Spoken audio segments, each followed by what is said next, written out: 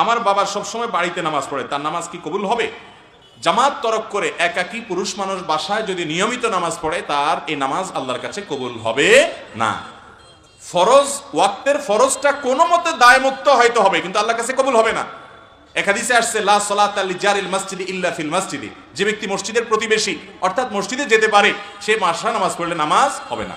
অনেক মুরব্বী আছে এক যুক্তিতে বাসায় নামাজ পড়েন, সেটা হলো বলে যে কার পিছনে নামাজ পড়ো, দুনিয়াতে মানুষ আছে নাকি? ওনারা সব ইমাম সাহেবদেরকে মনে করেন এরা তো আর খারাপ মানুষ, এদের পিছনে নামাজ পড়া জায়েজ নাই। ভালো করে শুনে রাখেন, ইমাম সাহেবরা যদি খারাপও হয় তারপরেও জামাতে নামাজ পড়তে হবে, একা নামাজ পড়া যাবে না।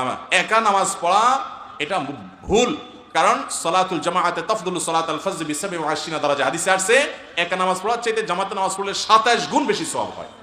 শুধু সওয়াব না, নবীজি সাল্লাল্লাহু আলাইহি ওয়াসাল্লাম বলেছেন, আমার মনে চায় নামাজের পরে বিভিন্ন এলাকায় গিয়ে দেখতাম যে কারা মসজিদে আসে না, সে বাড়িগুলোতে কাঠ একত্র